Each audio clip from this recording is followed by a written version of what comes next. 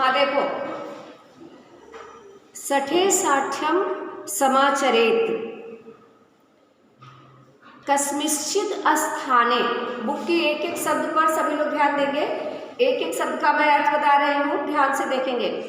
कस्मिश्चिद स्थाने जीर्णधनो नाम वणिक पुत्र आसीत्। सो किसी स्थान पर जीर्णधन नाम का व्यापारी का पुत्र था। वणिक मीन्स व्यापारी। सो किसी स्थान पर जीर्णधन नामक व्यापारी का पुत्र था। विभवच्छात सह देशांतरम गमनोत्सुकः आसीत् संजातः। यानी धन समाप्त हो जाने पर वह दूसरे देश में यानी दूसरे देश में जाने के लिए उत्सुक हुआ या तैयार हुआ।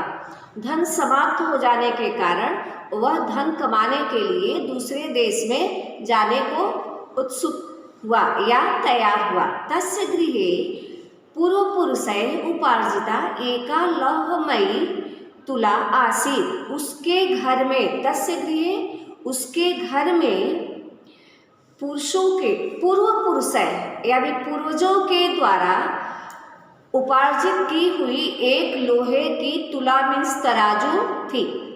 उसके घर में पूर्वजों के द्वारा उपार्जित किया हुआ, बनाया हुआ, अर्जित किया हुआ एक लोहे का तराजू था।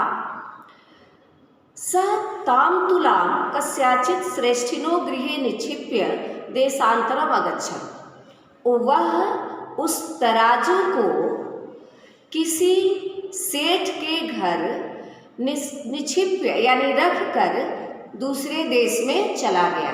वह तराजू को किसी सेठ के घर में रख कर दूसरे देश में चला गया। उसके बाद देखेंगे, ततः सुचिरम कालम देशांतरम भ्रांत्वा विपुलम धनम समुपाज्यम पुनः स्वपुरम प्रत्यागच्छत्। इसके बाद बहुत समय के बाद देश से यानी दूसरे देश से भ्रमण करके वह बहुत सारा धन इकट्ठा करके पुनः अपने नगर को लौटा। इसके बाद बहुत समय तक वह दूसरे देश में धन इकट्ठा किया। उसके बाद वह अपने देश को वापस आया। अपरे अस्मिन् दिवसे सः श्रेष्ठिनस्य गृहं गत्वा तः श्रेष्ठिनम अवदत्। दूसरे दिन, अपरे अस्मिन् मीन्स दिवसे मीन्स दिन, दूसरे दिन वह सेठ के घर जाकर उस सेठ से बोला। क्या बोला? भो श्रेष्ठिन, हे सेठ, प्रयच्छ मह्यम माम ताम तुलाम। हे सेठ, मुझे मेरी लोहे की तराजू दो। स प्रत्यवदत्। जब ऐसा यह बोला तो सेठ क्या बोला? स प्रत्यवदत्। वह उत्तर दिया, मित्र, नास्ति सा तुला। नीचे का पैराग्राफ है, स प्रत्यवदत्। वह बोला, नीचे की लाइन में देखो, स प्रत्यवदत्, वह बोला, मित्र, नास्ति सा तुला। मित्र, वह तराजू नहीं है। मम गृहे प्रभूता मूषका अभवत्। मेरे घर में बहुत सारे चूहे हो गए थे। मेरे घर में बहुत सारे चूहे हो गए थे, अभवन है।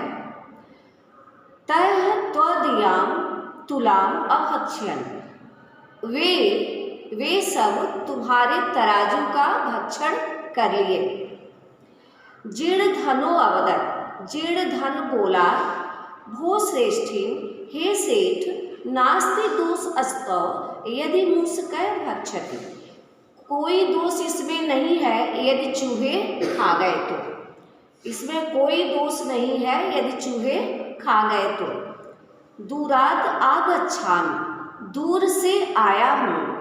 अतः अहम श्रान्तः अस्मि, इसलिए मैं थका हूँ। इदानीम अहम नदीम स्नानार्थम गन्तुम इच्छामि। इसलिए मैं नदी इस समय मैं नदी स्नान करने जाना चाहता हूँ।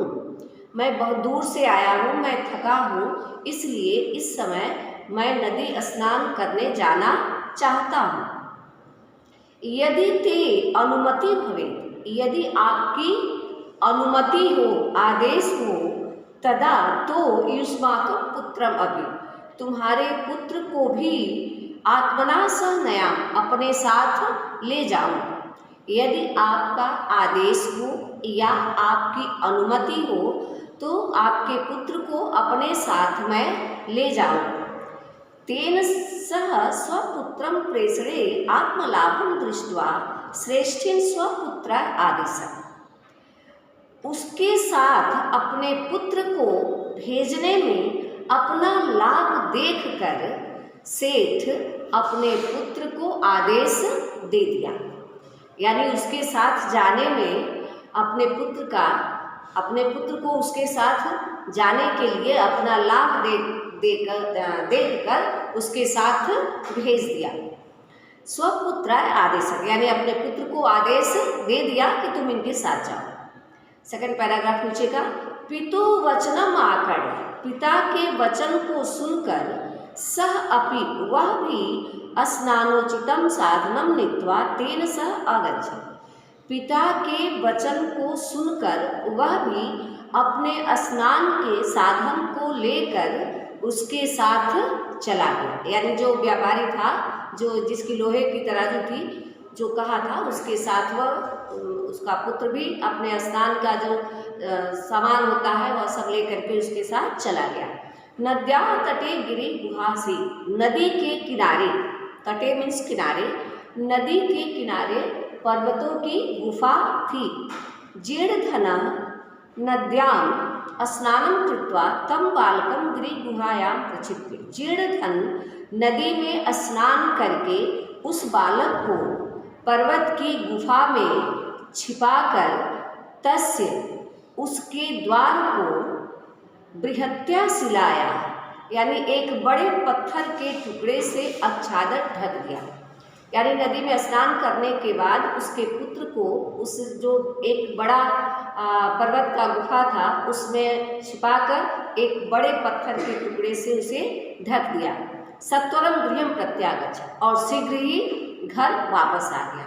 तम एकाकिनं दृष्ट्वा, उसे अकेले देखकर पुत्राय चिंतितः सः बड़िकः अपृच्छत्, अपने पुत्र के लिए चिंतित होकर वह बड़िक पूछा, हे बंधो, हे भाई, मैं बालकः पुत्र आसी, मेरा बालक कहाँ है?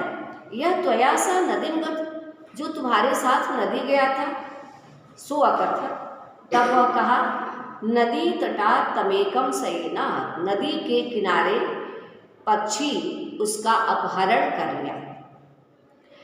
शयन मीन्स पक्षी, बाज पक्षी। बड़िक क्रुद्धो सन अवदत्, बड़िक व्यापारी क्रोधित होकर बोला, असत्यम वदसि त्वं, तुम झूठ बोलते हो। असंभव एतत् कार्यम, यह कार्य असंभव है। सेना बालकम हर्तुम असमर्थ अस्ति, पक्षी के द्वारा बालक का हरण करना असंभव है, यानी एक पक्षी बालक का हरण करने में असमर्थ है।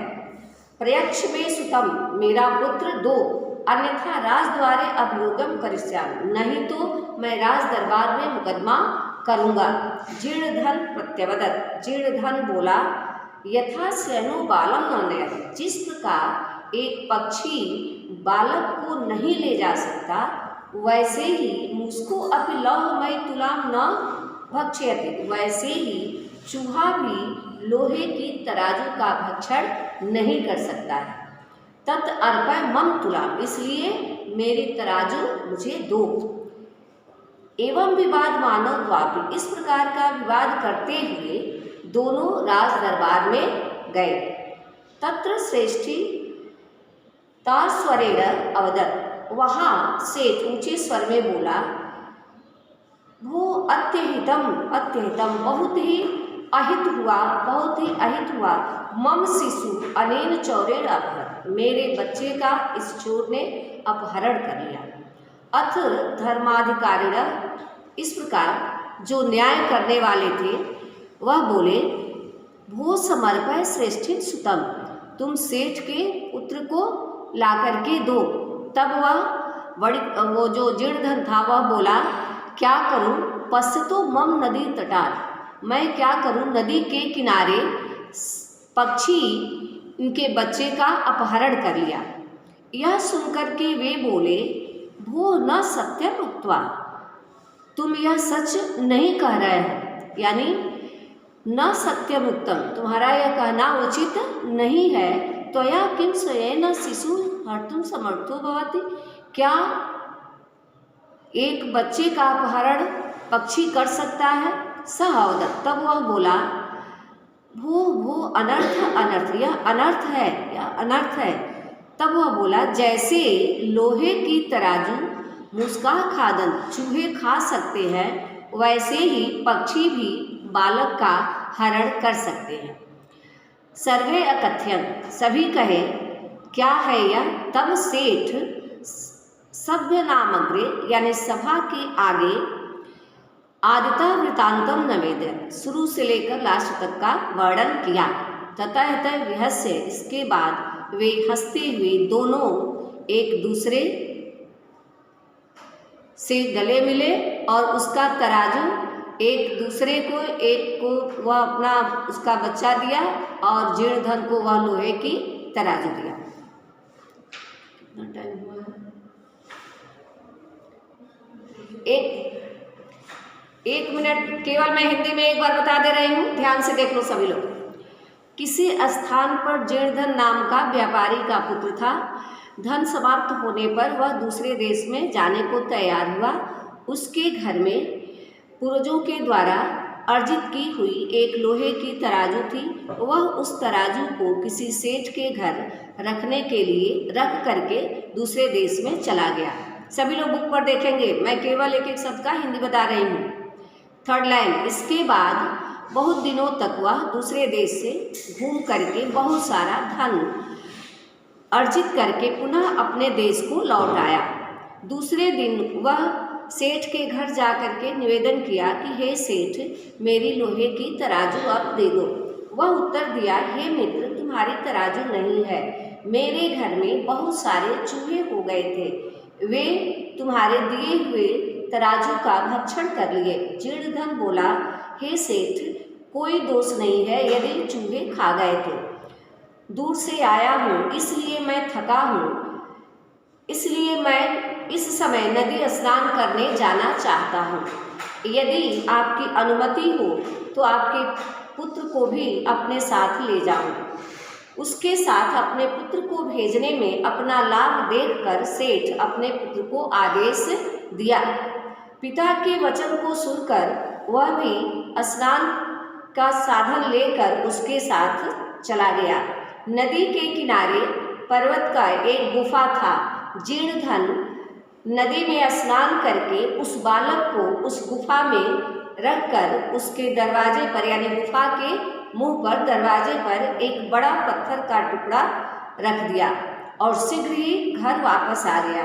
उसे अकेला देखकर अपने पुत्र की चिंता करते हुए वह बड़िक पूछा, हे भाई, मेरा बालक कहाँ है जो तुम्हारे साथ नदी गया था। वह कहा, नदी के किनारे पक्षी उसका हरण कर लिया। बड़िक क्रोधित होकर, यानी व्यापारी क्रोधित हुआ और बोला, झूठ बोलते हो तुम, यह बात झूठ है, पक्षी बालक का अपहरण करने में असमर्थ है। प्रयक्ष में सुतम, मेरा पुत्र दो, अन्यथा राज दरबार में मुकदमा करूंगा। जीर्णधन बोला, जिस प्रकार पक्षी बच्चे का हरण करने में असमर्थ है, वैसे ही चूहे भी लोहे के तराजू को भक्षण नहीं कर सकते। वह मुझे दे दो, तराजू मुझे दे दो। इस प्रकार का विवाद करते हुए दोनों राज दरबार में गए। सेठ वहाँ ऊंचे स्वर में बोला, बहुत ही अहित हुआ, मेरे शिशु को इस चोर ने हरण कर लिया है। इस प्रकार जो न्यायाधीश थे, जो धर्म का न्याय करने वाले थे, वे कहे, हे सेठ, समर्पय श्रेष्ठिन सुतम, इसके पुत्र को ला करके दे दो। वह बोला, क्या करूं? पश्यतो मम नदी तटात, मैंने देखते ही नदी के किनारे पक्षी इनके पुत्र का हरण कर लिया। यह सुनकर के वह बोले, वो न सत्यम, तुम यह सच नहीं बोल रहे हो, क्या पक्षी एक बालक का हरण कर सकता है? वह बोला कि हाँ, यह अनर्थ है, लेकिन जैसे लोहे की तराजू को चूहा नहीं खा सकता है, वैसे ही बालक को भी पक्षी हरण नहीं कर सकता। यानी जैसे बालक का अपहरण एक पक्षी नहीं कर सकता है, वैसे ही लोहे की तराजू को चूहा नहीं खा सकता है। सभी कहने लगे, यह कौन सी बात है? यह सुनकर के सेठ सभा में शुरू से लेकर के सारा वर्णन, शुरू से आदि से लेकर के सारे बात को बताया।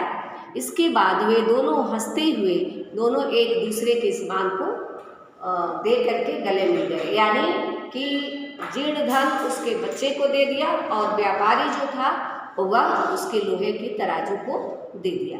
इसका अर्थ सभी लोग कॉपी में लिख लेना, क्योंकि लेसन के बीच बीच से आपको हिंदी में अर्थ लिखने के लिए आएगा। फिर अब समय हो गया है, अब आपको फिर मैं दूसरे दिन टाइम ओवर। होमवर्क इस लेसन का अर्थ लिख लेना। इसके बाद फिर मैं ये लेसन इसका क्वेश्चन आंसर भी याद कर लेना। और लेसन 10 के बाद लेसन 11 टू लेसन 15 सिलेबस है, मैं इसको भेज दूंगी। लेकिन लेसन 11 टू लेसन 15, लेसन 11 का फिर आगे जब हमको टाइम मिलेगा तो फिर मैं उसका रिवीजन कर दूँगी। Thank you.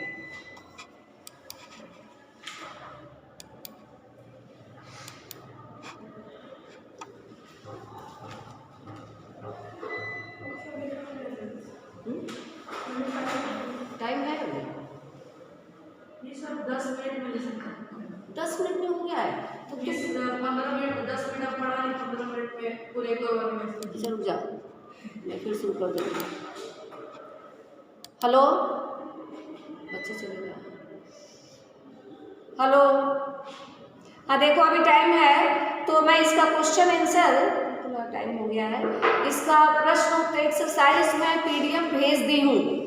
सबको मिल गया होगा, जिसको नहीं मिला होगा उसको भी मिल जाएगा। लेकिन ऐसे मैं इसका अर्थ सबको समझ में आया? सबको समझ में आया है? यदि कोई कहीं कुछ लाइन डाउट है सो आप पूछ सकते हो। कोई लाइन डाउट है, अपना माइक वो ऑन करके पूछ सकते हो। कोई लाइन, तुम लोगों को कोई लाइन डाउट हो? किसी को कोई लाइन डाउट है अर्थ समझने में? हाँ, सो पूछ सकते हो। अपना माइक ऑन करके और पूछ सकते हो। बोल ही नहीं रहे सब। इधर से नहीं, इधर से नहीं मिलते, इधर से तो मैं सब बात की।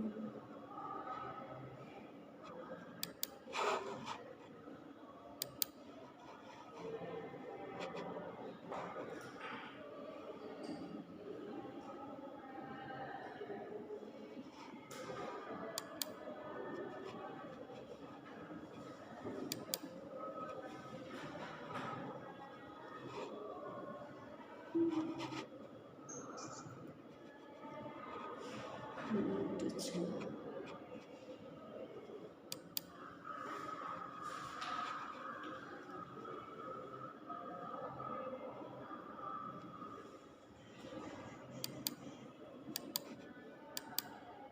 आवाज नहीं जा रही है, कहाँ से म्यूट है?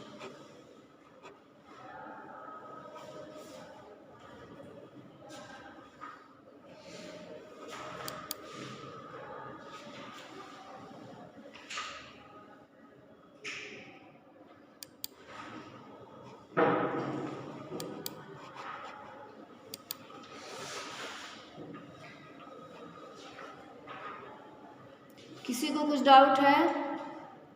एक बार और इसका अर्थ बता दें या कोई लाइन कैसे? अच्छा,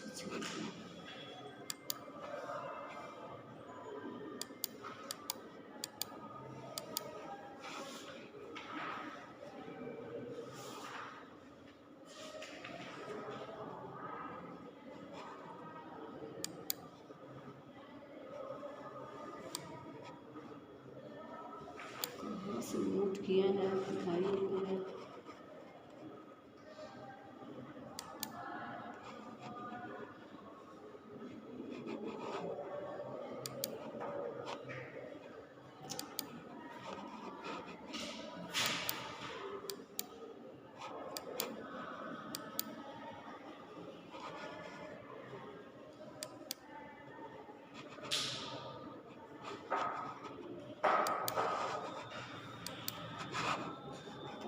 कहाँ से हेलो,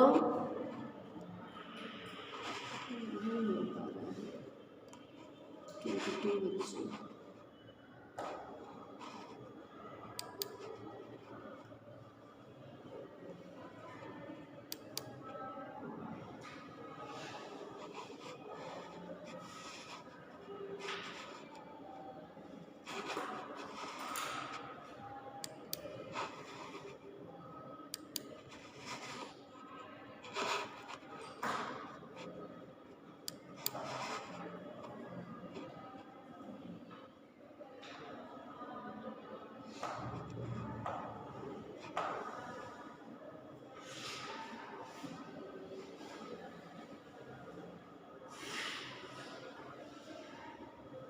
कहाँ से म्यूट वाला आ ही नहीं रहा है।